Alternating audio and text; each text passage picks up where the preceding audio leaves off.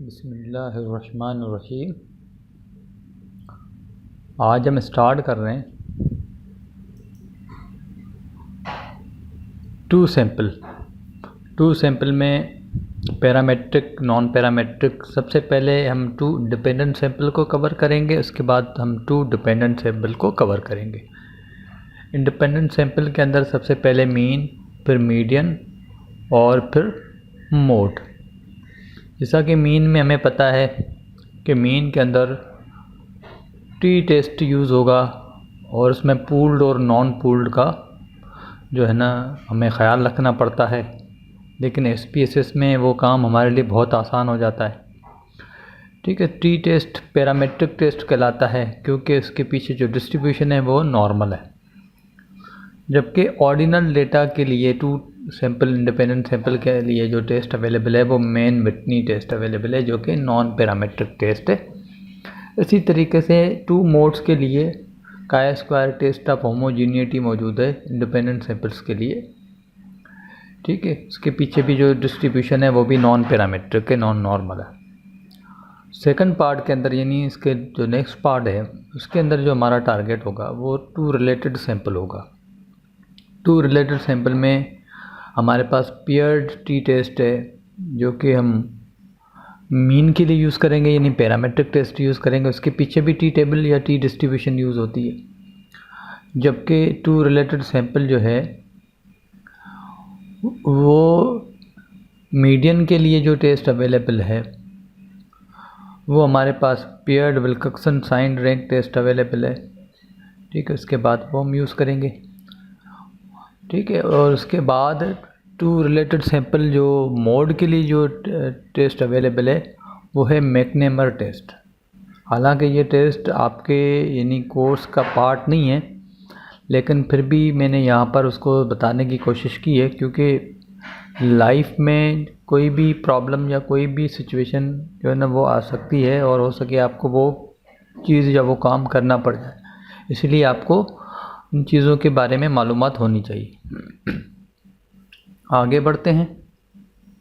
सबसे पहले to independent sample.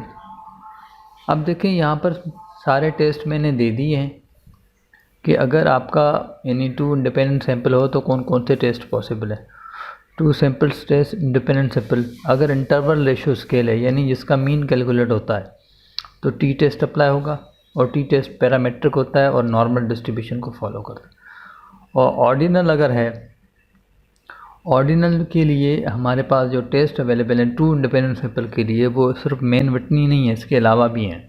Median test है, मेन विटनी है, कोल्मोग्रोव है, वोल्फोविट्स टेस्ट है।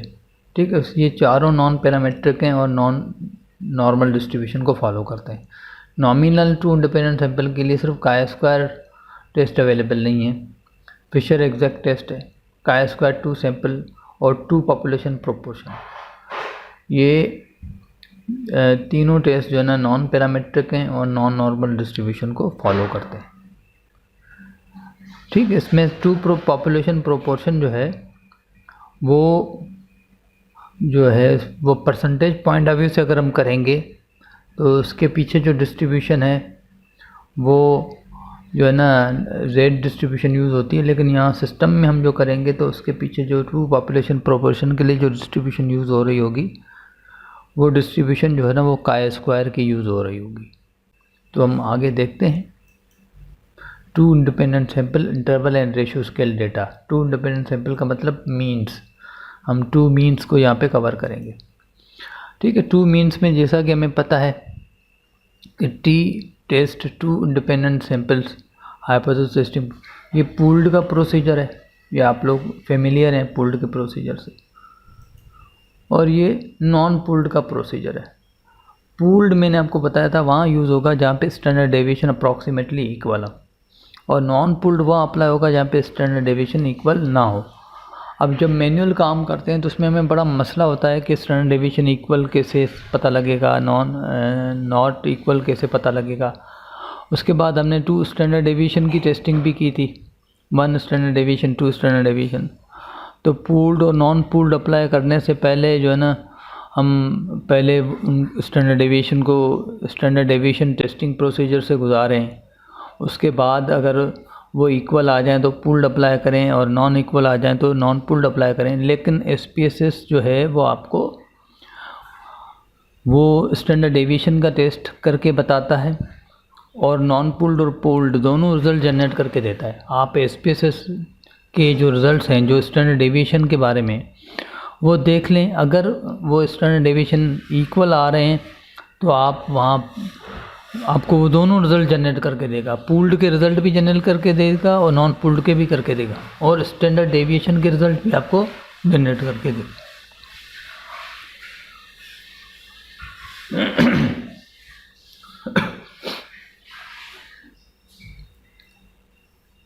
तो उसमें आपको ये डिसाइड करना है कि आपको यानी स्टैंडर्ड डेविएशन के रिज़ल्ट से पता लग जाएगा इक्वल है या नॉट इक्वल है। उस हिसाब से फिर आप पूल्ड या नॉन पूल्ड जो है ना वो सिलेक्ट करेंगे। उसके रिज़ल्ट्स आपको दोनों गिवन होंगे, लेकिन आप स्टैंडर्ड डेविएशन के रिज़ल्ट को देखते हुए आगे डिसाइड करेंगे कि आपको कौन से रिज़ल्ट्स देने। ये एक एग्जांपल है question number 15 of handout 6। Handout 6 जो आपका था 2 पॉपुलेशन सैम्पलिंग हाइपोथेसिस टेस्टिंग का जो था उसका क्वेश्चन 15 और हैंडआउट 6 का ये क्वेश्चन है। The following data annual working hours of male and female is summarised. ये मेल और फीमेल का डेटा गिवन है, ठीक है, कि वो कितने घंटे जो है ना वो सालाना काम करते हैं, मेल कितना घंटे काम करते हैं, फीमेल कितने घंटे काम करती हैं, ठीक है। और जो ये हमारे पास जो सेंटेंस गिवन है, पैराग्राफ गिवन है, उसमें हमें कहा गया है at the 5% significant rule the data provide sufficient evidence annual of males exceed of female, यानी मेल ज़्यादा काम करते हैं फीमेल के मुकाबले में। तो हमारे पास ये मेल डेटा है, ये फीमेल डेटा है, ये हमारे नल और ये अल्टरनेट, क्योंकि μ1 हम मेल को ले रहे हैं और μ2 हम फीमेल को ले रहे हैं। ये हमने हाइपोथेसिस बना ली। The annual working hours both male and female are same, the annual working hours of female exceed that of female, ठीक है, ये हमने बना लिया। ये कह रहा है अज्यूम इक्वल स्टैंडर्ड डेविएशन। अब यहाँ पे याद रखें हम इक्वल स्टैंडर्ड डेविएशन यहाँ पे अज्यूम करके नहीं चलेंगे, हम SPSS के रिज़ल्ट्स को देखेंगे। अगर वहाँ पे स्टैंडर्ड डेविएशन इक्वल आ रहे हैं तो हम जो है ना पूल्ड को वाले रिज़ल्ट्स चूज़ करेंगे, अगर इक्वल नहीं आएंगे तो नॉन पूल्ड को चूज़ करेंगे, ठीक है। अब आगे बढ़ते हैं डाउट 6 से chapter 10 inferences for 2 population mean. ये हैंडआउट आपको दिया जा चुका है, आप इसकी प्रैक्टिस भी करते हैं, देख सकते हैं। ये आप हैंडआउट उसमें देखो क्वेश्चन नंबर 15 वही डेटा एनुअल वर्किंग आवर्स, इसी डेटा को हमने जो है ना वो SPSS पे करने की कोशिश की है। तो आगे बढ़ते हैं। अब मैंने आसानी के लिए क्या किया है कि जितने भी एग्जाम्पल मैंने यहाँ पे किए हैं उन एग्जाम्पल्स का डेटा जो है ना ऑलरेडी मैंने एक्सेल पे बना लिया है और वो आपके साथ शेयर भी हो जाएगा और ये गूगल ड्राइव पे मौजूद डेटा है, आप वहाँ से डाउनलोड कर सकते हैं। मैंने एक्सेल के अंदर डेटा को समराइज़ किया है ताकि SPSS में काम करते हुए हमारे जो टाइम जो है वो कम से कम स्पेंड हो। तो ये फ़ाइल आप देख लें, ये देखो file A3 data for SPSS 2 samples. ये मैंने जितने भी एग्जाम्पल किए हैं सारे के सारे, जैसे ये मैंने पहला डेटा समराइज़ किया हुआ है, ये मैंने समराइज़ किया हुआ है SPSS के अंदर जो है ना वो किस हिसाब से जो है ना वो एंटर होगा उस हिसाब से समराइज़ किया गया है। तो आप इसको देख सकते हैं। ये एनुअल वर्किंग आवर्स है। सबसे पहले मैंने मेल के वर्किंग आवर्स रखे हैं, देखो 26, 32, 17, 96, ये सारा मेल का डेटा है, ठीक है। टोटल मेल की जो है ना 2 रोज़ जो है ना वो एक्सेल की वैसे ही इसमें टाइटल में ख़त्म हो गई, बाकी 15 रोज़ तक जा रहा है, यानी 13 ऑब्जर्वेशन जो है वो मेल की हैं। तो अगर आप देखना चाहें तो आप देख लें 26, 32, 17, 96, 1, 2, 3, 4, 5, 6, 7, 8, 9, 10, 11, 12, 13 ऑब्जर्वेशन हो गई और फिर फीमेल की ऑब्जर्वेशन शुरू हो रही हैं। इसी तरीके से ये डेटा जो है 26, 32, 17, 96, 22, 56 आप चेक कर सकते हैं। 26, 32, 17, 96, 22, 56 इसी तरीके से लिखा। उसके नीचे फिर डेटा जो है ना वो फीमेल का स्टार्ट हुआ है, ठीक है। तो ये हमारा जो पहला क्वेश्चन है SPSS पे सॉल्व होगा उसका डेटा है, फिर दूसरा, तीसरा, सारा डेटा मैंने यहाँ रखा हुआ है ताकि जो है ना मुझे वहाँ SPSS के अंदर वर्किंग करने में टाइम कम लगे और कैलकुलेशन आसान हो जाए, क्योंकि मैं वहाँ पे भी ये सारी चीज़ें लिखूँगा तो बेहतर है मैं वो काम पहले कर लूँ। तो हम चलते हैं SPSS को ओपन करते हैं। SPSS विंडो में गए, वहाँ से हमने क्लिक किया तो अब SPSS हमारे पास ओपन हो रहा है।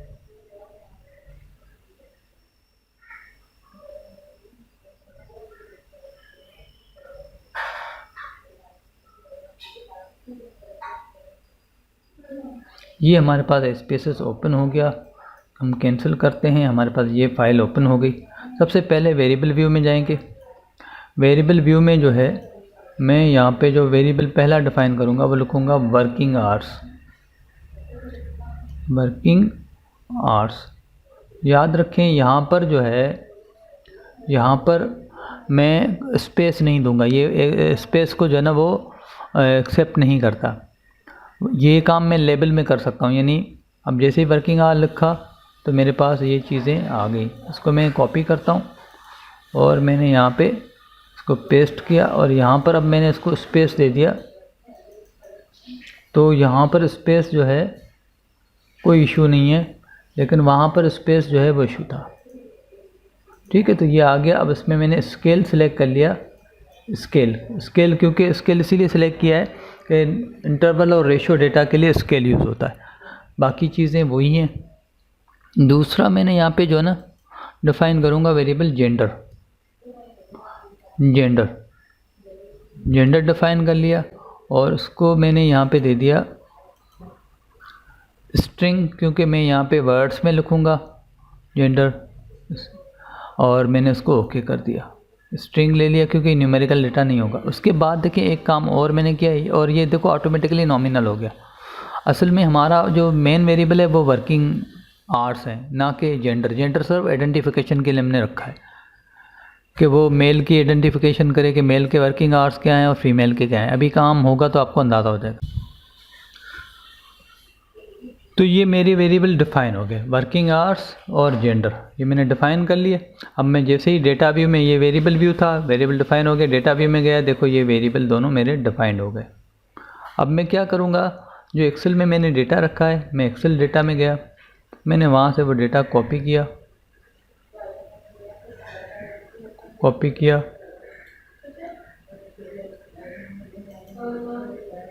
और SPSS में आके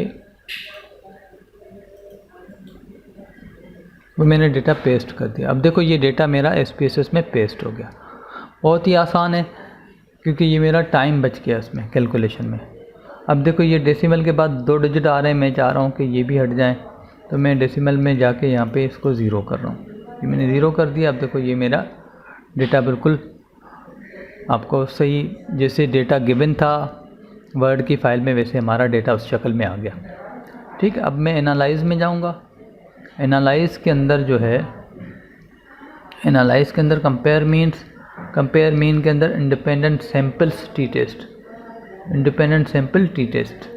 देखो 1 सैंपल के लिए याद होगा आपको, हमने ये ऊपर वाला ऑप्शन सेलेक्ट किया था, लेकिन अब इंडिपेंडेंट सैंपल जो है ये टी टेस्ट यहाँ पर ऑप्शन आ रहा है, ये हमने सेलेक्ट किया, ओके किया। अब देखो हमारा टेस्ट वेरिएबल जो है वो वर्किंग आवर्स है, हमारा टेस्ट वेरिएबल जो है वो वर्किंग आवर्स है। ठीक है, और हमारा जो जेंडर है वो जेंडर बेसिकली हमारा ग्रुपिंग वेरिएबल है कि वर्किंग आवर्स को वो ग्रुप करेगा। ये हमने लिख दिया जेंडर। अब जेंडर जैसे ही हमने यहाँ पर ग्रुपिंग वेरिएबल में लेके आए कि वो ग्रुप करे कि भाई मेल का क्या परसेंटेज है या मीन है, फीमेल का क्या है, तो ग्रुपिंग में देखो ये क्वेश्चन मार्क दे रहा है। क्वेश्चन मार्क में हमें बताना होगा कि इसमें पहला वेरिएबल कौन सा होगा, दूसरा कौन सा होगा। तो डिफ़ाइन ग्रुप में हम चले गए। डिफ़ाइन ग्रुप के अंदर हमने पहला ग्रुप लिख दिया मेल,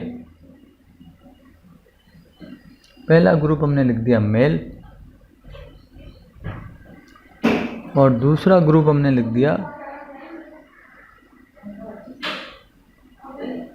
फीमेल, ये हमने लिख दिया, कंटिन्यू कर दिया। ठीक है, ये देखो अब मेल और फीमेल आ गया। ये हमारा μ1 है, ये हमारा μ2 है। याद रखें जो μ1 होगा वो पहले लिखेंगे और जो μ2 होगा वो बाद में लिखेंगे। ये हमने डिफ़ाइन कर लिया, बाकी कुछ नहीं करना, ओके कर दें। ये हमारे रिज़ल्ट्स जनरेट हो गए।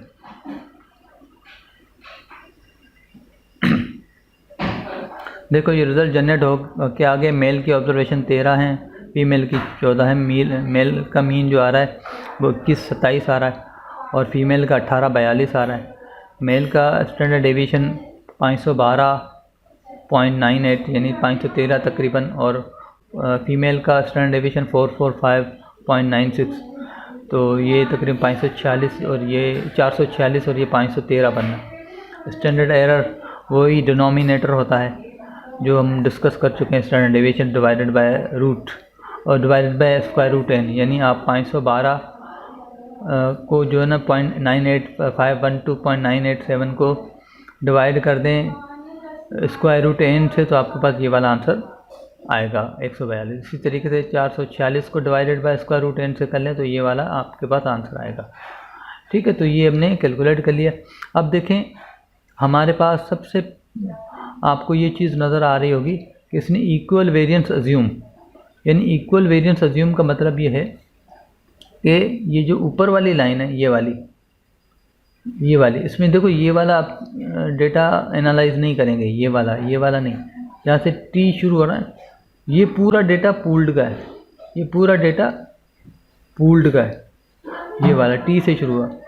और इक्वल वेरिएंस नॉट अज्यूम, ये पूरा डेटा जो है नॉन पूल्ड है, यानी देखो दोनों अलग अलग दे दी। अब इसमें से हमें कौन सा सिलेक्ट करना है ये अभी हम डिसाइड करेंगे, वो हमें यहाँ से पता लगेगा। ये Levene's test of equality of variance ये हमें बताएगा। अब Levene's test equality of variance यानी ये स्टैंडर्ड डेविएशन का टेस्ट है, 2 स्टैंडर्ड डेविएशन का टेस्ट है। 2 स्टैंडर्ड डेविएशन के टेस्ट में आपको पता होगा कि 2 स्टैंडर्ड डेविएशन के टेस्ट में हम जो है ये करते हैं कि जो हमारा नल हाइपोथेसिस होता है वो ये होता है कि दोनों स्टैंडर्ड डेविएशन बराबर हैं, और अल्टरनेट कहता है कि दोनों स्टैंडर्ड डेविएशन बराबर नहीं है। तो हम उसकी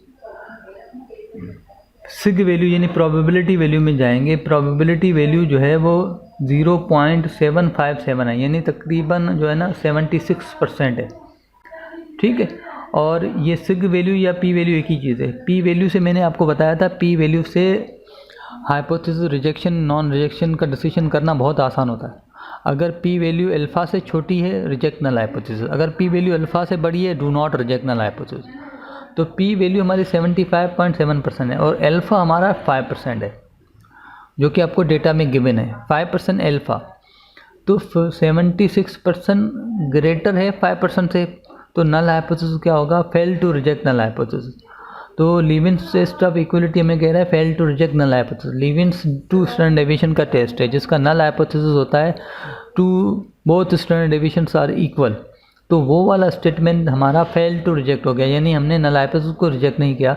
इसका मतलब ये है कि ये जो 2 स्टैंडर्ड डेविएशन हमारे पास आ रहे हैं 513 और 446 अप्रॉक्सीमेटली, ये आपस में इक्वल हैं। भले इसमें आपको 60-70 का डिफरेंस आ रहा होगा, लेकिन ये स्टैटिस्टिकली इक्वल आ रहे हैं, टेस्ट में ये बता रहे हैं। तो जब ये इक्वल आ रहे हैं तो अब हम क्या करेंगे, हम इक्वल वेरिएंस आर अज्यूम्ड, यानी ये वाली रो को फॉलो करेंगे और इस रो को हम फॉलो नहीं करेंगे, हम ये वाली रो को फॉलो करेंगे। अब ये वाली रो देखें, हमारे पास टी वैल्यू आ गई। टेबल की वैल्यू नहीं है बल्कि टेस्ट स्टैटिस्टिक की वैल्यू है। टेबल वैल्यू तो हमें टेबल से कैलकुलेट करनी पड़ेगी। टी टेबल वैल्यू जो है उसको कैलकुलेट करने का तरीका आपको पता है। स्टैटिस्टिक वैल्यू जो है वो 1.539 है। ठीक है, और डिग्री ऑफ फ्रीडम देखो 25 है। अगर आप पूल्ड के डिग्री ऑफ फ्रीडम निकालने का अगर आपको तरीका हो पता हो तो उसमें आपको याद होगा कि हम ये करते हैं n1 minus plus n2 minus 2। तो n1 हमारा 13 था, n2 हमारा 14 था, दोनों मिलाएंगे 27 हो जाएगा, -2 करेंगे तो 25। ये देखो आ गया। जबकि नॉन पूल्ड का जो एक बड़ा फार्मूला था जिसके थ्रू हमने निकाला था, काफ़ी टाइम लग रहा था उसमें कैलकुलेशन में, तो उसका जो ना n डिग्री ऑफ फ्रीडम ये आ रहा है। उसका अपना तरीका था, तो यहाँ पे एग्जैक्ट वो आ रहा है। आप लोगों ने भी कैलकुलेट किया होगा, आपको भी अंदाज़ा होगा। तो ये जो है ना हमारे पास डिग्री ऑफ फ्रीडम आ गया। अब मेरे पास 2 ऑप्शन है, चाहे तो मैं टेबल वैल्यू फाइंड करके और ये टेस्ट स्टैटिस्टिक की वैल्यू को कंपेयर करूँ, यानी डिग्री ऑफ फ्रीडम 25 में जाऊँ और टी 5% के कॉलम में मैं वैल्यू फाइंड करूं और फिर देखूंगे और उसको कर्व पे जो ना वो लिखूं और कर्व पे देखूं कि ये टेस्ट स्टैटिस्टिक की वैल्यू कहाँ फॉल कर रही है। एक तो तरीका ये। दूसरा ये कि मेरे पास देखो सिग वैल्यू, ये पी वैल्यू आ रही है जो कि 0.136 है, यानी 13.6%, जो कि ग्रेटर है 5% से। इसका मतलब भी fail to reject null hypothesis. यानी आप भले टेबल वैल्यू फाइंड करें, टेबल वैल्यू से भी मैंने करके दिखाया हुआ है, तो टेबल वैल्यू से भी देखो ये जो टेस्ट स्टैटिस्टिक की वैल्यू है ये नॉन रिजेक्शन रीजन में फॉल करेगी, लेकिन हमारा डिसीजन यहाँ सिग वैल्यू या पी वैल्यू से ही हो रहा है, सिग वैल्यू या पी वैल्यू से ही हो रहा है, तो ये हमारा नल हाइपोथेसिस जो है वो फेल टू रिजेक्ट हो गया। यानी both standard deviations are equal, both standard deviations are equal. ठीक है, इसके बाद मीन डिफरेंस है। मीन डिफरेंस जो है वो हमारे पास देखो ये 21, 27 और 18, 42 ये इनका डिफरेंस अगर आप निकालेंगे, यानी 21, 27 या 18, 42 ये अगर आप माइनस करेंगे तो आपके पास जो डिफरेंस आएगा वो आएगा 284 का, 284 का, ये मीन डिफरेंस आ गया। उसके बाद स्टैंडर्ड एरर जो है डिफरेंस, स्टैंडर्ड एरर का जो डिफरेंस है वो यहाँ पर जो स्टैंडर्ड एरर जो हमारे पास कैलकुलेट होके आ रहा है वो ये इन दोनों का डिफरेंस नहीं है, ये बल्कि जो टेस्ट स्टैटिस्टिक का जो फार्मूला है इसका जो डिनोमिनेटर है उसका ये रिज़ल्ट है। टेस्ट स्टैटिस्टिक का जो फार्मूला है उसके डिनोमिनेटर का ये रिज़ल्ट है। ठीक है, फिर ये 95% confidence interval of difference, two sample के अंदर जो कॉन्फिडेंस इंटरवल कैलकुलेट होता है उसमें जो है ना वो डिफरेंस ही होता है, तो लिहाजा आपने जो कैलकुलेट किया होगा उसकी जो लोअर बाउंड्री बनी होगी वो -96 बनी होगी और अपर जो है वो 664 बनी होगी। तो ये सारे फार्मूलाज आपको पता हैं, ये अगर आपको क्लियर नहीं है तो थोड़ी देर में मैं आपको क्लियर कर रहा हूँ। फिर उस पीपीटी पे आ गए जिस पीपीटी के ऊपर हमने जो है ना अपना एनालिसिस के बाद हम SPSS में चले गए थे और बाकी चीज़ों की तरफ चले गए थे। तो आप देख सकते हैं यहाँ पर कि 2 इंडिपेंडेंट सैंपल पूल टेस्ट में देखो ये हमारे पास जो है ये मीन डिफरेंस है। मीन डिफरेंस चाहें तो आप ऐसे भी ले सकते हैं, ठीक है, मीन डिफरेंस आप ऐसे भी ले सकते हैं, यानी मीन 1 से मीन 2 हमने माइनस कर दिया था। और फिर ये जो है ये SP1 ये स्टैंडर्ड एरर ऑफ डिफरेंस है, ये स्टैंडर्ड एरर ऑफ डिफरेंस है।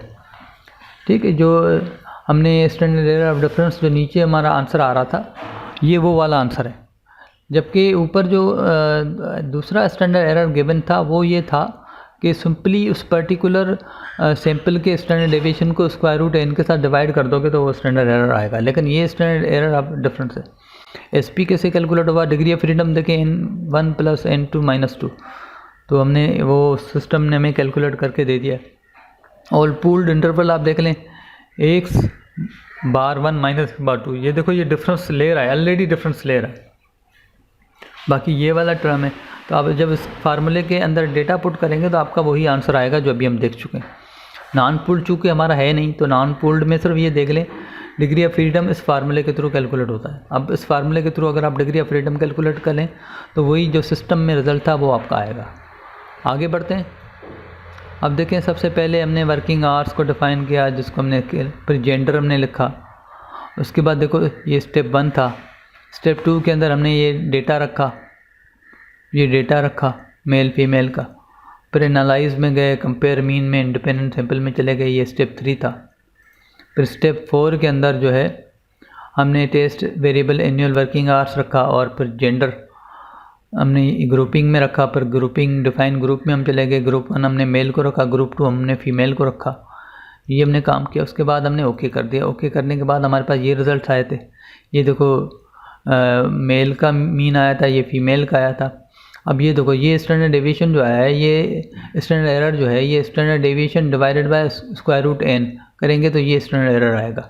लेकिन ये वाला जो स्टैंडर्ड एरर ऑफ डिफरेंस है ये बेसिकली ये जो डिनोमिनेटर का जो रिज़ल्ट है SP1/n1 ये डिनोमिनेटर का रिज़ल्ट है, और नॉन पूल्ड के अंदर जो स्टैंडर्ड एरर का जो डिफरेंस है वो बेसिकली इस फार्मूले से आ रहा है, ये वाला फार्मूला, और पूल्ड का इस फार्मूले से आ रहा है। तो ये हमारे पास बाकी जो कॉन्फिडेंस इंटरवल है इसकी रेंज यहाँ से यहाँ तक बनती है, वो फार्मूला लिखा हुआ है।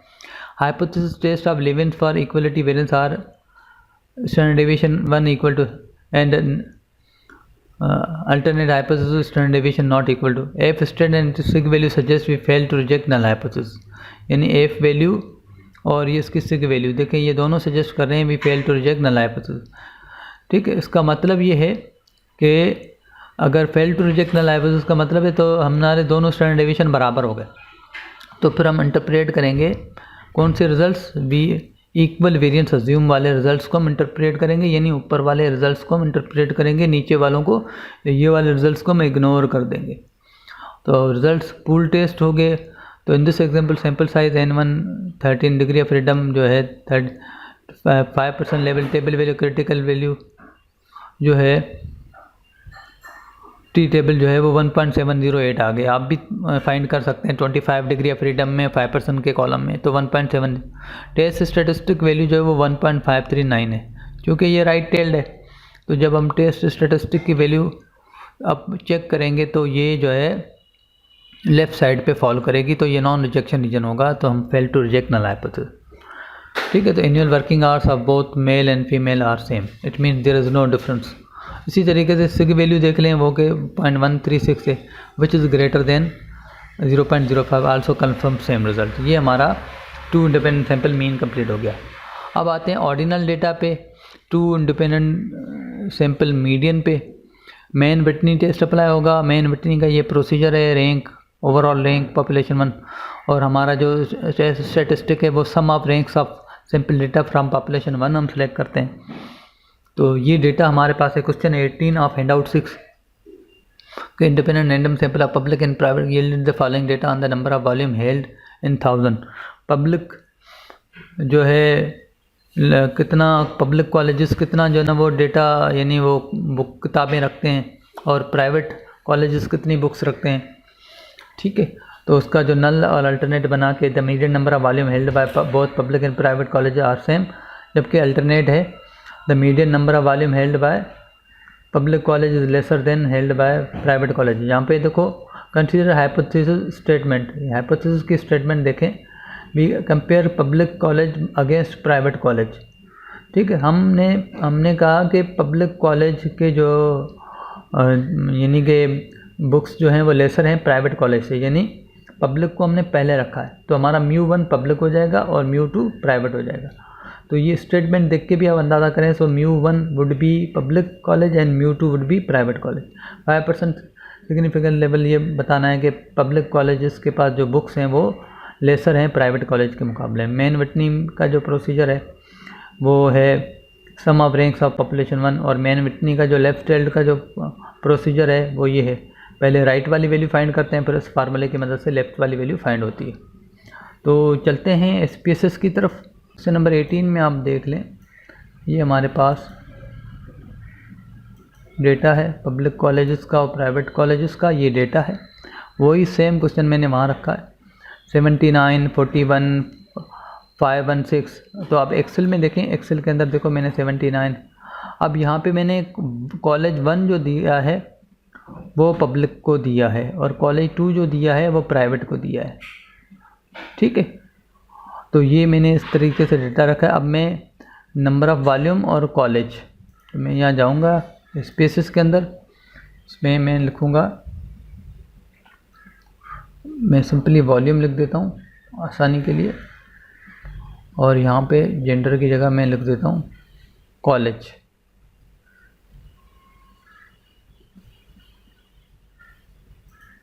ठीक है, यहाँ स्ट्रिंग को हटा के मैं नॉमिनल कर देता हूँ, ये मेरा न्यूमेरिकल डेटा है और यहाँ नॉमिनल ही रहेगा।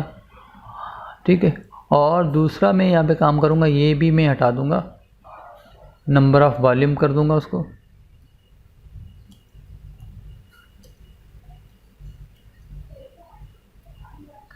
ये कर दिया।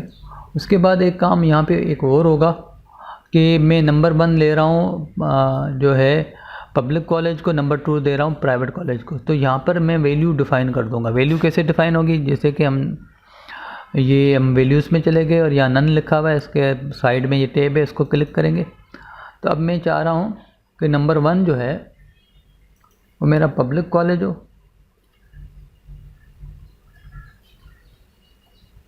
उसको मैंने ऐड किया, और नंबर 2 जो है वो मेरा प्राइवेट, यानी SPSS जो है वो नंबर 1 को पब्लिक अज्यूम करे और नंबर 2 को प्राइवेट अज्यूम करे। ये हमने ऐड कर लिया, दोनों ऐड हो गए, ओके कर दिया। अब देखो ये यहाँ पे आपको ऐसे नज़र आएंगे। अब यहाँ हम डेटा व्यू में आ गए, देखो ये 2 वेरिएबल डिफाइन हो गए। एक्सेल में चले गए, एक्सेल में देखो यहाँ पे कॉलेज में 1-1 दिए हुए। अब SPSS खुद ही 1-1 को पब्लिक और 2-2 को प्राइवेट अज्यूम करेगा। अब हमने ये डेटा कॉपी किया, देखेंगे सर हमने डेटा कॉपी किया वेरिएबल के नाम।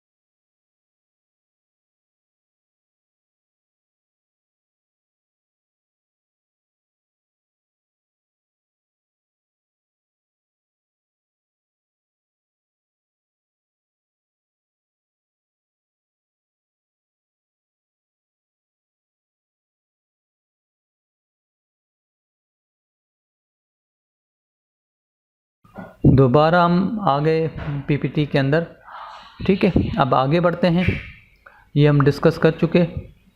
अब ये हमारे पास देखो, सबसे पहले हमने नंबर ऑफ़ वॉल्यूम और फिर कॉलेज को डिफ़ाइन किया और फिर हमने यहाँ पे वैल्यूज़ ऐड की।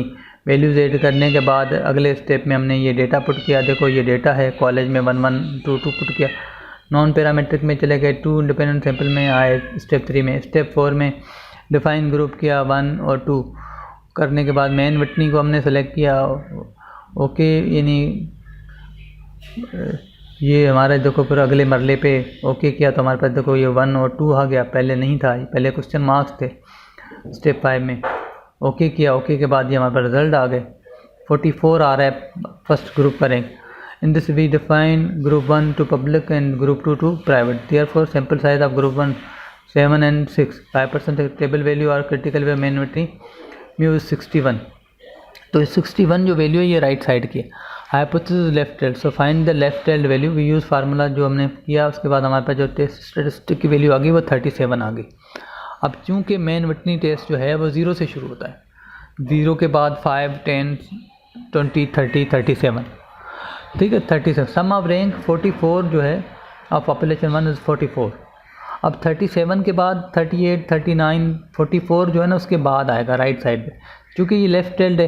तो 37 के लेफ़्ट पे जो भी वैल्यू होगी, यानी 36 हो, 32 हो या 30 हो, क्योंकि ये 0 से शुरू होता है, 0 से 37 पहले आएगा, 44 बाद में आएगा। तो 37 के लेफ़्ट पे 36 हो सकता है, 30 हो सकता है, लेकिन 44 जो है ना उसके राइट पे होगा। लिहाजा ये नॉन रिजेक्शन रीजन में फॉल कर रहा है। We fail to reject null hypothesis. The median number of volume held by both public and private colleges are same, ठीक। It means there is no difference between volume held और sig value 0.47, 0.475 which is greater than 0.05 also confirm same result। ये तो ये हमारा median हो गया। अब आते हैं नॉमिनल डेटा पे। Nominal data 2 independent sample mode, 2 modes का डेटा है। इसके लिए हमारे पास chi-square टेस्ट ऑफ होमोजीनिटी ये देखो अवेलेबल है, ठीक है, ये इसका फार्मूला है, प्रोसीजर है, ये आप इससे फेमिलियर हैं। क्वेश्चन नंबर 5 हैंड आउट 9 से क्वेश्चन नंबर 5 लिया है। Independent sample, simple random sample of 20, democratic के सपोर्टर और ऑटोक्रेटिक के सपोर्टर, ये हमारे पास डेटा है। ठीक है, very satisfied, somewhat satisfied, somewhat dissatisfied, very dissatisfied. 10% significance level पे हमें काम करना है, 10% सिग्निफिकेंस लेवल पे हमें काम करना है। ठीक है, और there is no difference of opinion, ये नल है, there is difference of opinion, ये काय स्क्वायर का फार्मूला है। ये रो टोटल है, ये कॉलम टोटल, ग्रैंड टोटल, इस तरीके से ये चीज़ें कैलकुलेट हुई हैं। ये डिग्री ऑफ फ्रीडम है। तो ये सारी चीज़ें आप फेमिलियर हैं। तो देखें, ये हैंड आउट 9 है, chapter 13 chi square procedure practice problems, ये आपके पास हैंड आउट मौजूद होगा। इसमें से हमने क्वेश्चन नंबर 5 ये वाला क्वेश्चन लिया है, ये वाला क्वेश्चन लिया है। ये क्वेश्चन हम क्लास में भी डिस्कस कर चुके हैं, ये वाला क्वेश्चन हमने लिया है। तो इस क्वेश्चन में आप देख सकते हैं कि ये हमारे पास डेटा है, सेम डेटा हमने वहाँ कॉपी किया है।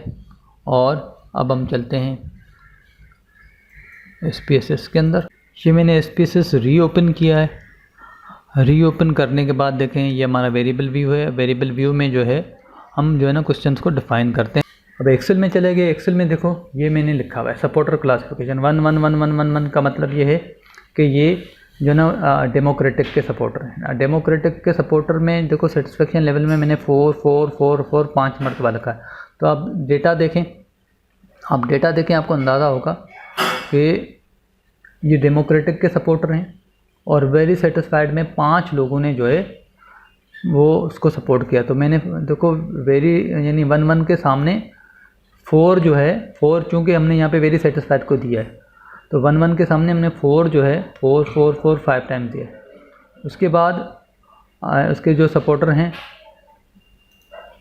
समवॉट सेटिस्फाइड में वो 8 हैं। समवॉट सेटिस्फाइड को हमने 3 दिया है। अब देखो 3 जो है 1 1 के सामने 8 टाइम्स आएगा, 1 2 3 4 5 6 7 8।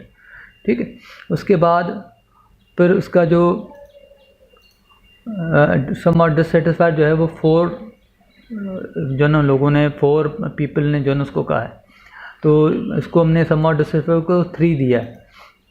तो वो 2 दिया है। 2 देखो 3 मरतबा आ रहा है, 4 लोगों ने जो है ना, हाँ 4 लोगों ने कहा है, तो 2 जो है वो 4 टाइम्स आएगा। तो 1 2 3 4 टाइम्स आएगा। उसके बाद जो हमारे पास वेरी डिससेटिस्फाइड है जिसको हमने 1 दिया हुआ है, तो वो 3 लोग हैं। तो यहाँ पर देखो हमने 1 1 जो है ना 3 टाइम्स दिया हुआ है, 1 1 1, ये 3 टाइम। अब देखो यहाँ डेमोक्रेटिक ख़त्म हो गया। और यही काम पर हमने 2 2 के साथ यानी ऑटोक्रेटिक वालों के साथ लिखा हुआ है। काय स्क्वायर में डेटा इसी तरीके से पुट होगा अगर डेटा आपका टेबल और कॉलम की शक्ल में। अब सबसे पहले देखें, हमारे पास यहाँ पे सपोर्टर क्लासिफिकेशन है और सेटिस्फेक्शन लेवल है। तो सबसे पहले हम यहाँ पर सेटिस्फेक्शन लेवल लिखते हैं, बल्कि सेटिस्फेक्शन लिख देते हैं ताकि, और सपोर्टर क्लासिफिकेशन।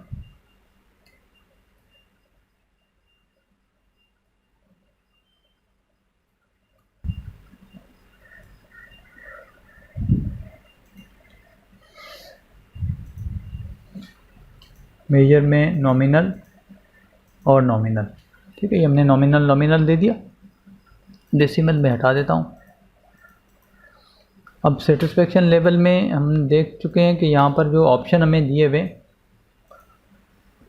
वेरी सेटिस्फाइड 5 हैं, 5 लोग वेरी सेटिस्फाइड हैं, 8 लोग समवॉट सेटिस्फाइड हैं और समवॉट डिससेटिस्फाइड हैं। और इसी तरीके से ये हमारे पास चीज़ें हमें गिवन है।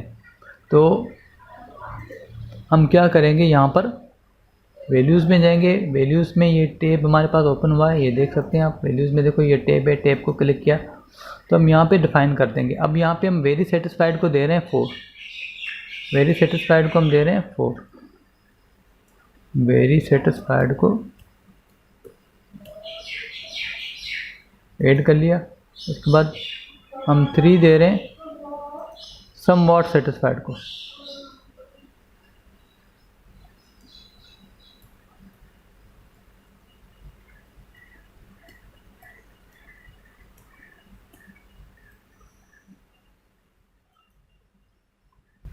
2 दे रहे हैं, somewhat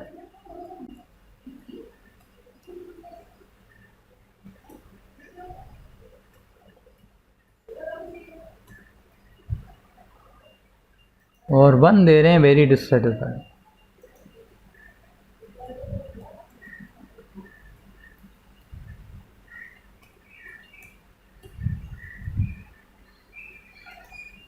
ये ओके कर दिया। फिर सपोर्टर क्लासिफिकेशन में यहाँ पे भी 1 हम दे रहे हैं ऑटोक्रेटिक को, 1 डेमोक्रेटिक को दे रहे हैं।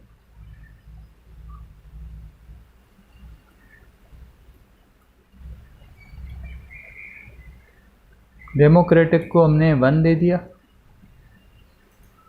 और ऑटोक्रेटिक को हमने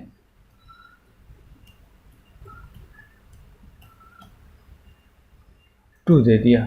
ओके कर दिया हमने, ठीक है। ओके करने के बाद हम डेटा व्यू में आए। डेटा व्यू में देखो हमारे पास एक्सेल में चले गए। एक्सेल में हमने ये डेटा पड़ा हुआ है, ये हमने कॉपी किया।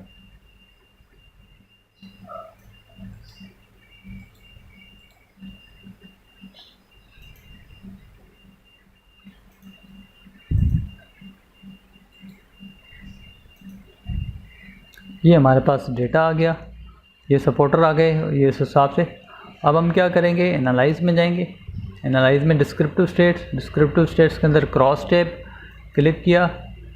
अब देखें हमारे पास, आप यहाँ पे वैल्यू देख सकते हैं कि यहाँ कॉलम में डेमोक्रेटिक और ऑटोक्रेटिक है, यानी सपोर्टर जो है वो कॉलम में है और सेटिस्फेक्शन की डाटा जो है रो में है।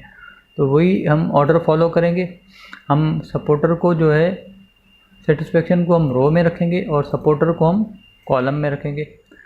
स्टेट्स में जाएंगे। स्टेट्स में देखो chi² ऑलरेडी सिलेक्टेड है, ठीक है। बाकियों को किसी को हम कुछ नहीं करेंगे, कंटिन्यू करेंगे। सेल्स में जाएंगे। सेल्स में देखो ऑब्जर्व्ड और एक्सपेक्टेड के ऊपर ऑलरेडी चेक लगा हुआ है, अगर ना लगा होता तो हम यहाँ पे चेक लगाते। कंटिन्यू कर दिया, ओके कर देंगे।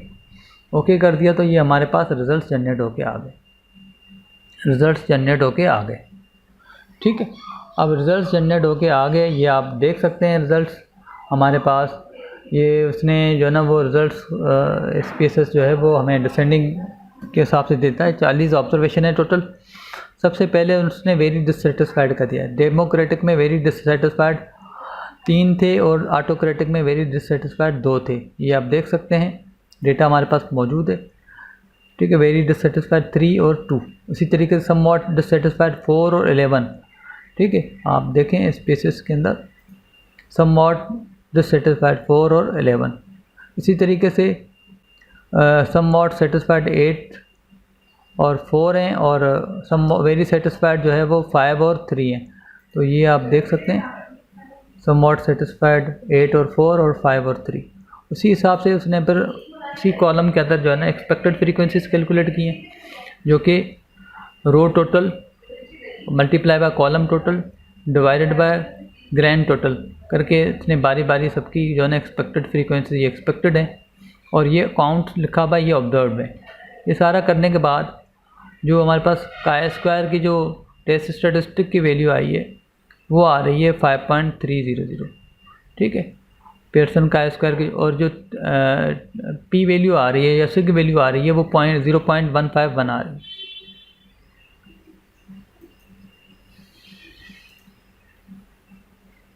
अब हम दोबारा से पावर पॉइंट प्रेजेंटेशन में आ गए।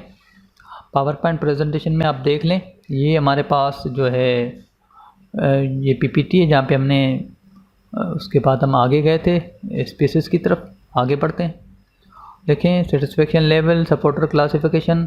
इसी तरीके से ये डेमोक्रेटिक ऑटोक्रेटिक 1 और 2 दिया हुआ है। डिससेटिस्फाइड को 1, समवॉट सेटिस्फाइड को 2, समवॉट डिससेटिस्फाइड को 3 और वेरी सेटिस्फाइड को 4। इस तरीके से नंबरिंग की है।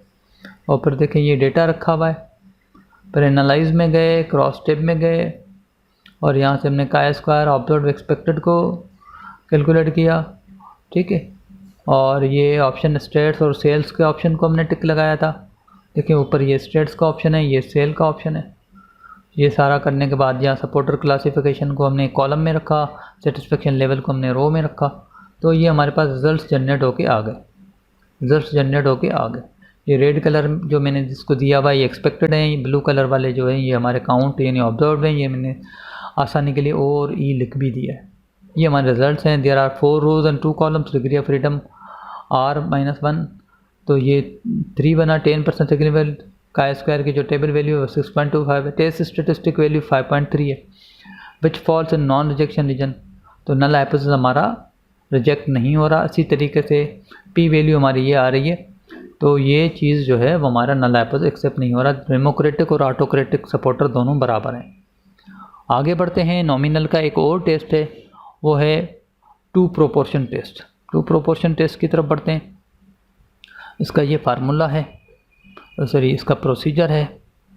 ये क्वेश्चन नंबर 9 हमने किया है हैंड आउट 8 में से, ठीक है। ये EFU insurance collect data Pakistani आप 25 ड्राइवर्स 25 यानी 25 से 34 साल के जो है ना 25 ड्राइवर का डेटा लिया गया था, जिसमें 32% लोगों ने, जब मैंने इसका 32% निकाला तो 8 आ रहा था, 32% 8 आ रहा था। यानी 25 में से 8 लोग जो है वो जब गाड़ी चलाते हैं तो बेल्ट बांधते हैं, जबकि 45 से 64 साल के दरमियान जो ड्राइवर हैं वो 20 ड्राइवर थे, उसमें से 6 जो है ना वो बेल्ट बांधते हैं, 14 बेल्ट नहीं बांधते। यानी 25 में से जो 25 से 34 साल के जो ड्राइवर थे उसमें से 8 लोग जो है ना वो बेल्ट बांधते थे, 17 बेल्ट नहीं बांधते थे। जब 45 से 64 साल वाले जो ड्राइवर थे उसमें 6 लोग बेल्ट बांधते हैं और 14 लोग बेल्ट नहीं बांधते। हमें ये देखना है कि ये दोनों 25-34 और 45-64 दोनों के बेल्ट बांधने के परसेंटेज सेम है या डिफरेंट है।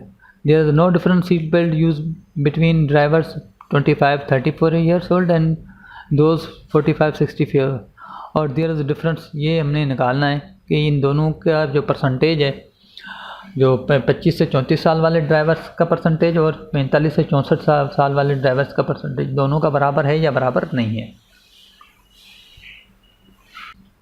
ये आपका हैंड आउट 8 नज़र आ रहा है, influences of population proportion chapter 12, इसको आप देख लें। ये हमने जो क्वेश्चन लिया है क्वेश्चन नंबर 9 था, ये क्वेश्चन नंबर 9 ये सारा आपको क्वेश्चन नज़र आ रहा है यहाँ पे, ठीक है। तो ये आप देख सकते हैं, ये क्वेश्चन नंबर हैंड आउट 8 है हमारा, और ये चैप्टर नंबर 12। ये आप लोगों ने इसकी प्रैक्टिस की होगी। आगे बढ़ते हैं, SPSS में जाते हैं।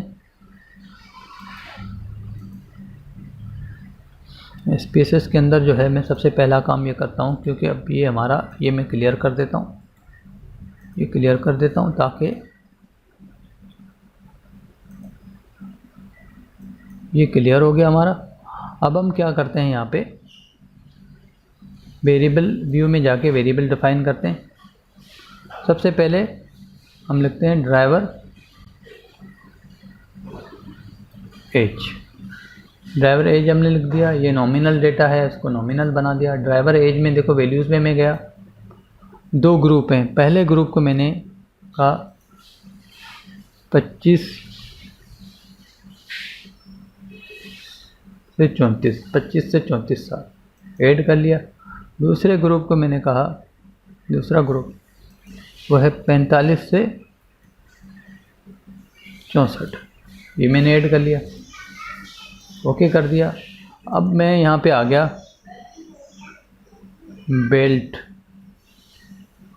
बेल्ट मैंने लिख दिया कि वो बेल्ट बांधते हैं या नहीं, नॉमिनल। और फिर मैं यहाँ वैल्यू में गया, वैल्यू में मैंने 1 लिख दिया। 1 में मैंने कहा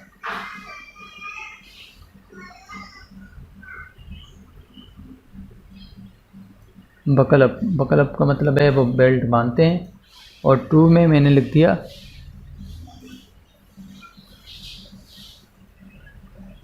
डू नॉट बकल अप, वो बेल्ट नहीं बांधते, ठीक है। 2 में हमने कहा कि बेल्ट नहीं बांधते।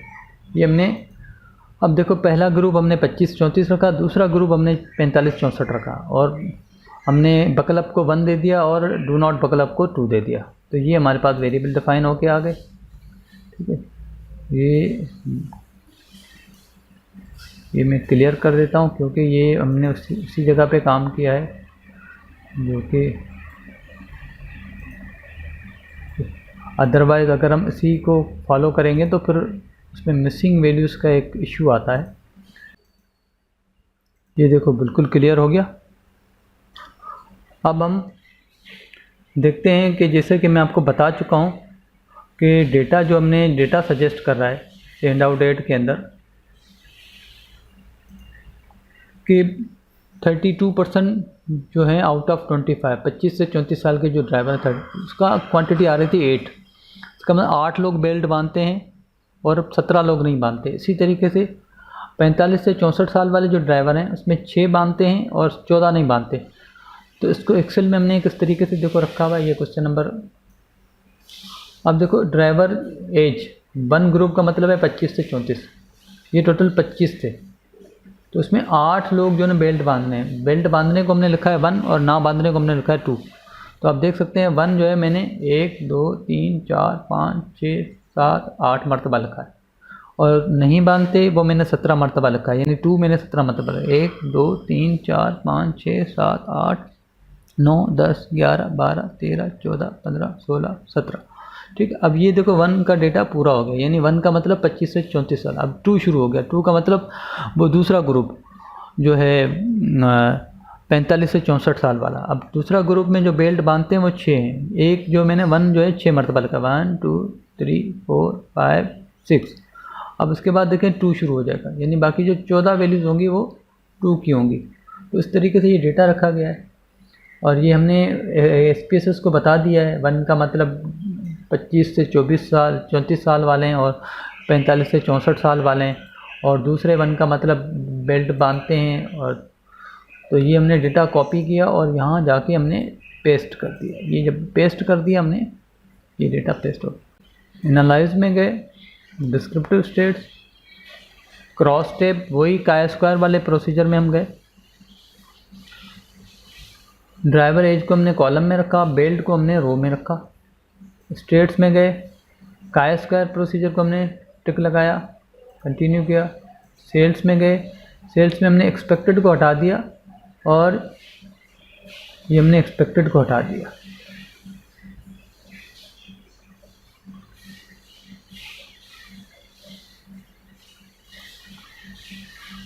ठीक है, ओके कर दिया।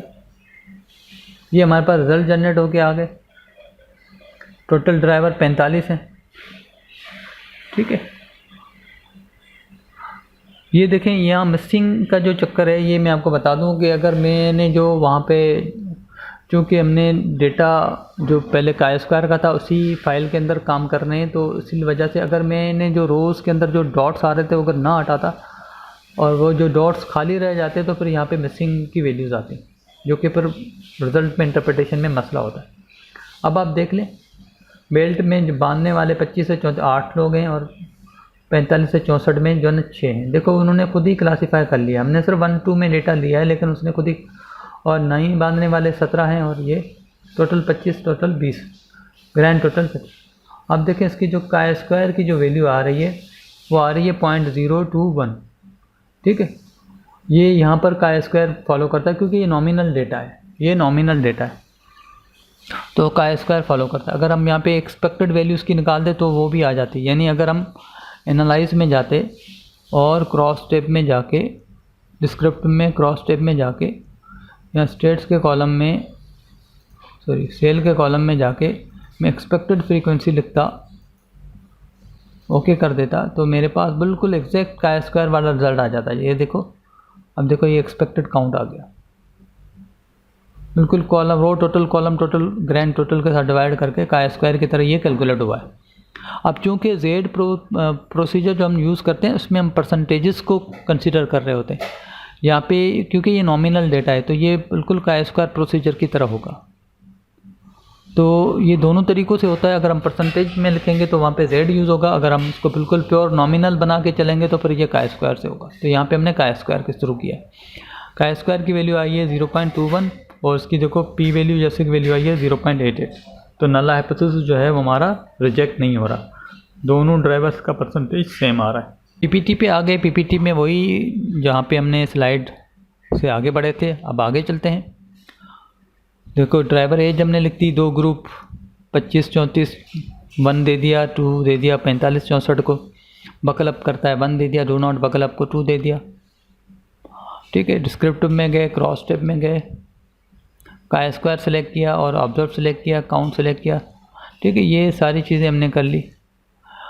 अब यहाँ पे देखो कॉलम में इसने परसेंटेज लगाया। कॉलम में परसेंटेज का मतलब है कि वो परसेंटेज आ जाएगा कि कितना परसेंट जो है ना वो ड्राइवर बेल्ट बांधते हैं, कितना परसेंट नहीं बांधते। अभी तो हमारे पास क्वांटिटी में आ रहा था ना कि 8 लोग बेल्ट बांधते हैं, 6 बांधते हैं, तो यहाँ पे परसेंटेज में भी आ जाएगा। इसके आउटपुट में मैं आपको दिखाता हूँ कि उसके आउटपुट क्या बनेगा। सिर्फ ये वाली चीज़ इजाफी थी जो हमने वहाँ पे नहीं की है। आगे बढ़ते हैं। ये देखो परसेंटेज आ गए। ये मैं आपको ये रिज़ल्ट आ गए। ये 8 लोग हैं, 6 लोग हैं। अब ये परसेंटेज आ गया 32%। और जो 6 लोग बांधते हैं उसके ये, और ये नहीं बांधने वाले 68% है और ये 70%। तो सिर्फ ये परसेंटेज का इजाफा हो गया। तो परसेंटेज भी आप ले सकते हैं यहाँ पे। आप एक्सपेक्टेड फ्रीक्वेंसी भी आप ले, ठीक है। का स्क्वायर की वैल्यू ये आ गई और ये हमारे पास टेस्ट स्टेटिस्टिक की वैल्यू है 5% पे। का स्क्वायर की वैल्यू जब हमने टेबल से फाइंड की तो 3.841 है। Test statistic value non rejection region में फॉल कर रही है। There is no difference in seat belt use between drivers, कोई फ़र्क नहीं है, ठीक है। तो दोनों ड्राइवर्स का बराबर है। इसकी वैल्यू 88% है जो कि 5% से ज़्यादा है। अब आते हैं टू रिलेटेड सैंपल की तरफ। टू रिलेटेड सैंपल में हमारे पास पियर्ड टी टेस्ट है, यानी हम देख सकते हैं इंटरवल रेशियो स्केल में T test for paired T test use होगा। इंटरवल रेशियो में पैरामेट्रिक है, नॉर्मल है। ऑर्डिनल के लिए साइन टेस्ट है, विल्कक्सन मैच पियर टेस्ट है, ये दोनों नॉन पैरामेट्रिक हैं। और नॉमिनल के लिए मैकनेमर टेस्ट है, नॉन पैरामेट्रिक है, नॉन नॉर्मल है। आगे बढ़ते हैं। Interval and ratio scale data में टू रिलेटेड सैंपल मीन में हमारे पास ये इसका प्रोसीजर है और ये हमारे पास डेटा है। Question number 21 to hand out 6 में से हमने लिया हुआ है कि थायराइड ट्रीटमेंट में जो क्लास में क्वेश्चन करवाया गया है उसमें आपके साथ ये कहा था मैंने कि मैंने आपको बताया there is no impact of thyroid treatment, और यहाँ पे हमने लिखा है कि there is no difference between mean weights, यानी ट्रीटमेंट से पहले और ट्रीटमेंट के बाद दोनों के वज़न में कोई फ़र्क नहीं है, ठीक है। और फिर मैंने लिखा है before treatment wait is lower than after treatment. वहाँ पे मैं बिफोर को जो ना आफ्टर को μ1 ले रहा था और बिफोर को μ2 ले रहा था, लेकिन यहाँ पे मैंने बिल्कुल जो ना उसको उलट कर दिया, रिवर्स कर दिया, ताकि आपको दोनों एस्पेक्ट क्लियर हो जाए। 5% लेवल पे हमें ये बताना है कि वेट गेन होता है या नहीं होता, तो यहाँ पर जो है ना हम उसको डिस्कस करेंगे। ये PRT टेस्ट का प्रोसीजर है। हैंड आउट 6 है influences for two population, chapter 10, इसको देखते हैं।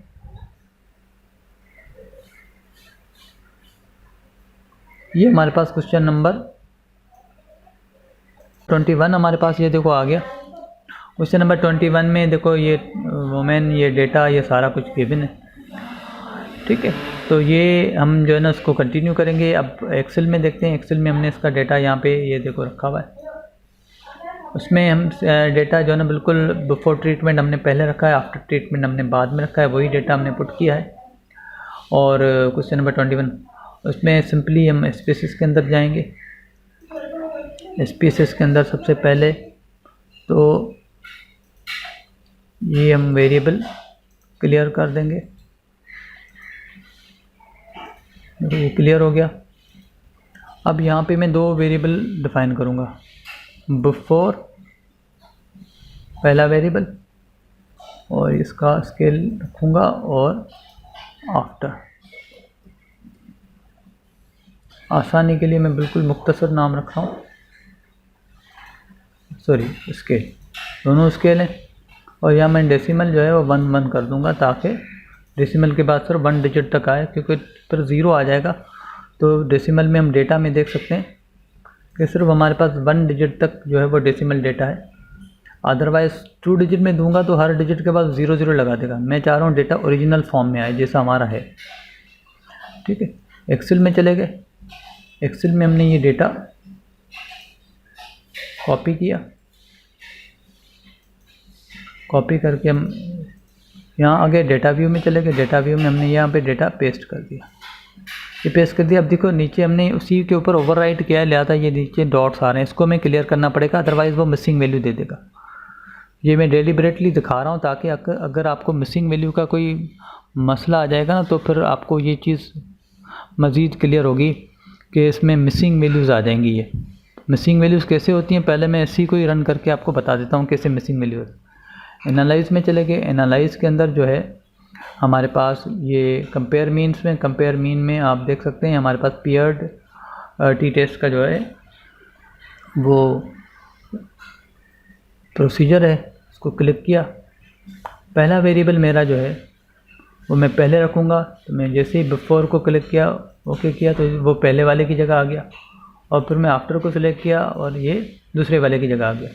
अगर आप आफ्टर पहले रखना चाहें तो ये फिर उस हिसाब से आप डिसाइड करेंगे, क्योंकि मेरा कंसर्न बिफोर मैंने पहले रखा है, आफ्टर में बाद में रख रहा हूँ। आप आफ्टर पहले रख रहे हैं तो फिर उस हिसाब से आपकी जो हाइपोथेसिस की वर्डिंग है वो चेंज हो जाएगी। ओके किया, ओके के बाद देखिए मेरे पास ये रिज़ल्ट्स आ गए। रिज़ल्ट्स में देखो ये बिफोर का मीन ये आ रहा है और आफ्टर का मीन ये आ रहा है, स्टैंडर्ड डेविएशन दोनों के ये आ रहे हैं, ठीक है। स्टैंडर्ड डेविएशन ये आ रहे हैं, ये हमारा एन आ रहा है 12, ठीक है, एन 12 आ रहा है, और ये हमारा मीन आ रहा है, standard deviation, standard error, lower upper boundary. T value देखो हमारे पास आ रही है -2.788, और ये डिग्री ऑफ फ्रीडम 11 है। सिग्निफिकेंस लेवल जो है वो 18% है। तो मेरा अब यहाँ पे हाइपोथेसिस था, मेरा हाइपोथेसिस था कि जो मीन वेट जो है μ1 जो है वो छोटा है μ2 से, ये मैं चेक करना चाह रहा था। यानी बिफोर ट्रीटमेंट जो है वो वज़न कम है आफ्टर ट्रीटमेंट से। लेकिन अगर मैं कहता कि आफ्टर ट्रीटमेंट में मेरा वज़न जो है वो बिफोर ट्रीटमेंट के मुकाबले में बढ़ गया है, तो अभी तो मेरा जो हाइपोथेसिस है वो लेफ़्ट टेल्ड है। ये देखो लेफ़्ट टेल्ड है, इसीलिए माइनस में रिज़ल्ट आ रहे हैं मेरे। अगर मैं इसको राइट टेल्ड करना चाहूँ तो मैं सिंपली यहाँ आफ्टर को पहले रख दूँगा और बिफोर को बाद में रख लूँगा, तो ये मेरा राइट टेल्ड बन जाएगा। रिज़ल्ट देखें दोनों सेम आएंगे, मैं आपको करके दिखा रहा हूँ यहाँ पे मिसाल के तौर पर। हम कंपेयर मीन में गए, कंपेयर मीन के अंदर जो है पेयर्ड सैंपल के अंदर मैंने ये दोनों रिमूव कर रहा हूँ, और मैं आफ्टर को पहले रख रहा हूँ और बिफोर को बाद में रख रहा हूँ। ओके कर दिया। अब देखिए हमारा टेस्ट टी का वैल्यू देखो वही आ रहा है, अब सिर्फ वो पॉजिटिव आ रहा है, अब सिर्फ वो पॉजिटिव आ रही है, ठीक है। यहाँ पे स्पीसीज के अंदर मिसिंग वैल्यू का वो सिस्टम शो नहीं कर रहा, मेरे ख्याल में इससे कोई फ़र्क नहीं पड़ता, हम कर सकते हैं। लेकिन पुराने वर्जन में मिसिंग वैल्यूज़ आती थी, अगर कोई खाली ब्लैंक वैल्यूज़ होती थी ना तो वो उसको इशू करता था, लेकिन यहाँ पे नहीं कर रहा, तो लिहाजा उसको हम डिस्कस नहीं कर रहे। तो ये डिग्री ऑफ फ्रीडम हमारा 11 हो गया। अब देखो आप लोगों को मैंने बताया था कि एक ही सैंपल होता है, इसीलिए जो ना यहाँ पे n-1 होता है डिग्री ऑफ फ्रीडम, क्योंकि ये थायराइड ट्रीटमेंट से पहले और थायराइड ट्रीटमेंट के बाद एक ही सैंपल है, इसीलिए इसको एक ही कंसीडर किया गया। ये टी वैल्यू पॉजिटिव आ गई है, थोड़ी देर पहले ही हमारी टी वैल्यू जो है वो नेगेटिव थी, सिग वैल्यू जो है वो, तो अब चूँकि हमारा लेफ्ट हैंड था तो हम इसी को कंसीडर करेंगे। पीपीटी पे आगे बढ़ते हैं, ठीक है। यहाँ पर बिफोर आफ्टर ट्रीटमेंट, ये बिफोर ट्रीटमेंट है और ये वेट आफ्टर ट्रीटमेंट। यहाँ पे मैंने बिफोर पहले रखा है और आफ्टर बाद में रखा है, ठीक है, उसी तरीके से जैसे अभी हमने किया था। रिजल्ट्स देखिए हमारे पास वही -2.788 आ रहा है, और इस तरीके से ये पी वैल्यू आ रही है, तो हमारा नल हाइपोथेसिस जो है रिजेक्ट हुआ है। तो हम कह सकते हैं before treatment mean weight is lower than after treatment, means thyroid appears to it means thyroid treatment is appears to be effective in helping to gain weight। यानी आफ्टर ट्रीटमेंट, क्योंकि बिफोर ट्रीटमेंट वज़न कम है तो इसका मतलब thyroid treatment वज़न बढ़ाने में मुफीद है। यानी ट्रीटमेंट से पहले वज़न कम था, ये वाला स्टेटमेंट हमारा एक्सेप्ट हो गया, तो उसका मतलब ट्रीटमेंट के बाद वज़न बढ़ा है, वो वाली चीज़ हमारी एक्सेप्ट हो गई। पी वैल्यू जो है वो 0.18 है, तो वो भी 0.05 से छोटी है, तो ये हमारा रिजल्ट आ गया। इसी तरीके से अब हम नॉमिनल पे ऑर्डिनल में जाते हैं। Two related sample ordinal median data, paired Wilkinson sign rank test apply होगा, वही प्रोसीजर है। उसमें देख लें हमने ये क्वेश्चन नंबर 23 ऑफ हैंडआउट 6 दिया हुआ है, ठीक है, जिसमें 21 लोगों का डेटा लिया गया है, जिसकी परफॉर्मेंस को यहाँ पर हमने ये चेक किया है। नल हाइपोथेसिस हमने रखा है there is no difference in performance, और अल्टरनेट हमने रखा है before training performance verse than after training. ये मैंने इसीलिए रखा है कि मैं यहाँ पे ये चाह रहा हूँ कि जो हालांकि मैंने जो क्वेश्चन पहले करवाया था उसमें मैंने कहा था कि there is a positive impact of training on employ, उसमें मैंने μ1 जो है वो आफ्टर को लिया था, μ2 बिफोर को लिया था, लेकिन यहाँ पर मैं इन्वर्स यानी रिवर्स चेक करना चाह रहा हूँ। μ1 में यहाँ पे बिफोर को दे रहा हूँ और μ2 में आफ्टर को दे रहा हूँ। उसका रीज़न ये है कि मैं यहाँ पे ये चेक करना चाह रहा हूँ कि परफॉर्मेंस यानी ट्रेनिंग से पहले परफॉर्मेंस जो है वो लोअर थी या वर्स थी ट्रेनिंग के बाद, मतलब वही है। लेकिन यानी ट्रेनिंग के बाद अगर परफॉर्मेंस बेहतर हुई है तो उसका मतलब ट्रेनिंग से पहले परफॉर्मेंस वर्स थी। तो अब मैं यहाँ पे ट्रेनिंग से पहले परफॉर्मेंस वर्स थी उसको मैं एंगल को देख रहा हूँ ताकि आपको दोनों एस्पेक्ट क्लियर हो जाए। ठीक है, तो ये हमने कर लिया। उसके बाद हम एक्सेल में आ गए। एक्सेल से हमने ये डेटा कॉपी किया,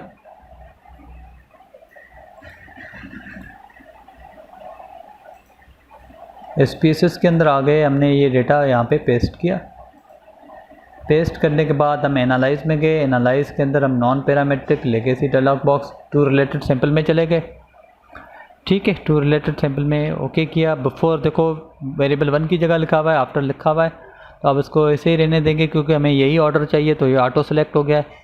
ओके कर दिया। ओके कर देने के बाद देखिए हमारे पास सम ऑफ पॉजिटिव रैंक्स आ रहा है 117.5, पॉजिटिव रैंक्स आ रहा है 117.5। ये हमारे रिज़ल्ट्स आ गए। आगे हम इन रिज़ल्ट्स को चेक करते हैं। ये हमारी वही स्लाइड थी, हम यहाँ पे चले गए, आगे बढ़ते हैं। वो हमने वेरिएबल को डिफ़ाइन किया, उसके बाद हमने ये डेटा को इंसर्ट किया, फिर नॉन पैरामेट्रिक में टू रिलेटेड सैंपल में फॉर पहले रखा, आफ्टर बाद में विल्कक्सन देखो ये सिलेक्टेड है। ये रिज़ल्ट आ गए 117.5, ये हमारे पास रिज़ल्ट आ गए। और अगर हम 1% पे टेबल वैल्यू फाइंड करें विल्कक्सन की तो वो 167 राइट टेल्ड आ रही है, जबकि जेड टेबल की वैल्यू फाइंड करें तो 2.325 आ रही है। ठीक है, पॉजिटिव रैंक्स हमारे पास आ रहा है 117.5 एंड जेड टेस्ट। ठीक है, तो ये जो 167 है ये हमारे पास जो है टेबल वैल्यू है, जबकि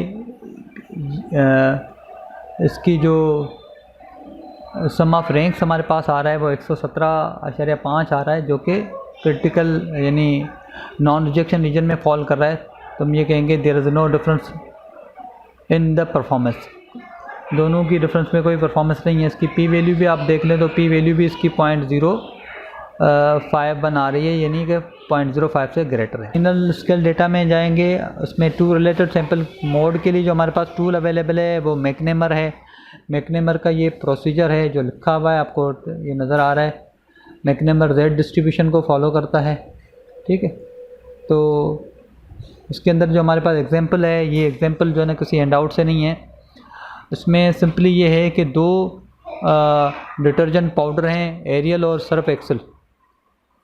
ठीक है, हमने जो है ना लोगों से जब डेटा कलेक्ट किया तो ऐसे यानी कि 5 लोग थे जिन्होंने सर्फ एक्सेल को भी यस का और एरियल को भी यस का, यानी वो दोनों को पसंद करते हैं। ठीक है, और 8 लोग ऐसे थे जिन्होंने सर्फ एक्सेल को तो पसंद किया लेकिन एरियल को कहा कि वो हमें पसंद नहीं है। इसी तरीके से ऐसे 3 लोग थे जिसने एरियल को तो लाइक किया लेकिन एक्सेल को जो है ना वो सर्फ एक्सेल को लाइक नहीं किया। और ऐसे 2 लोग थे जिन्होंने दोनों चीज़ों को लाइक नहीं किया, यानी ना उनको एरियल पसंद था ना सर्फ एक्सेल पसंद था।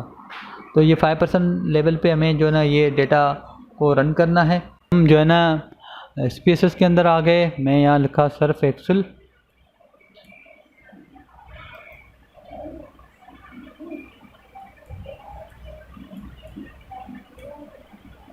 और यहाँ पे मैंने लिख दिया एरियल।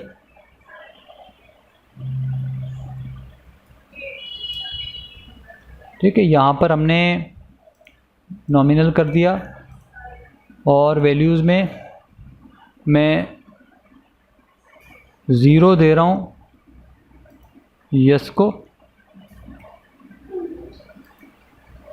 और मैं 1 दे रहा हूँ नो को। ये मैंने ऐड कर लिया, ओके कर लिया। इसी तरीके से यही काम मैंने एरियल में किया। 0 दे रहा हूँ मैं यस को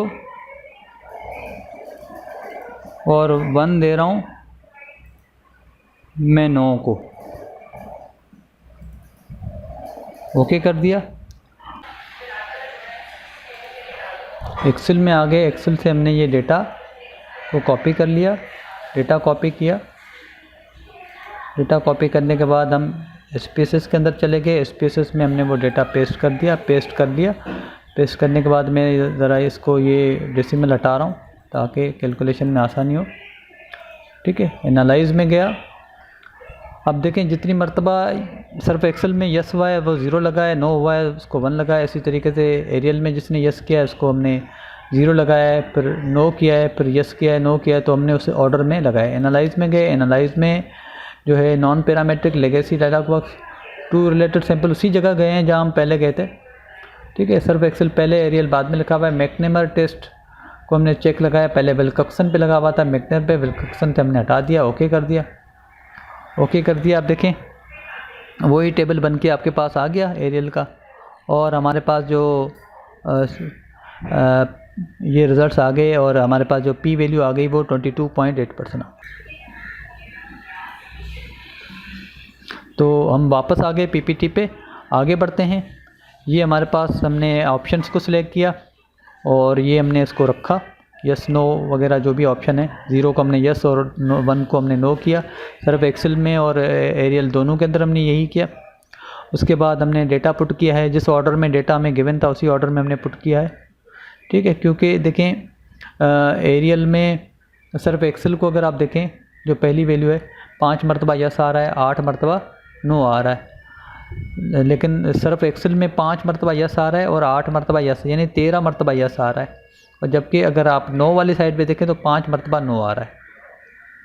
तो आप देख सकते हैं हमने उसी ऑर्डर में रखा है कि 13 मरतबा यस और फिर 5 मरतबा नो, 18 ऑब्जर्वेशन है। इसी तरीके से एरियल के अंदर देखें पहले 5 मरतबा यस आ रहा है, ठीक है, और फिर 8 मरतबा नो आ रहा है, फिर 3 मरतबा यस आ रहा है, फिर 2 मरतबा नो आ रहा है।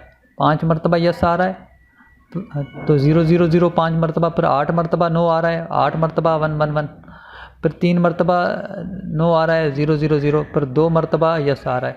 तो उसी ऑर्डर में हमने 5 मरतबा यस यस यस, फिर 8 मरतबा 1 1, फिर 3 मरतबा, फिर 2 मरतबा, इसी हमने रखा, उसको रन किया। हमारे पास देखो वही टेबल बन के आ गया जो, और ये हमारे पास टेस्ट पी वैल्यू आ गई जो कि 5% से ग्रेटर है, तो इसका मतलब नल हाइपोथेसिस जो है वो रिजेक्ट नहीं हो रहा। तो सिर्फ एक्सेल और एरियल को पसंद करने वालों की तादाद बराबर है। Thank you very much.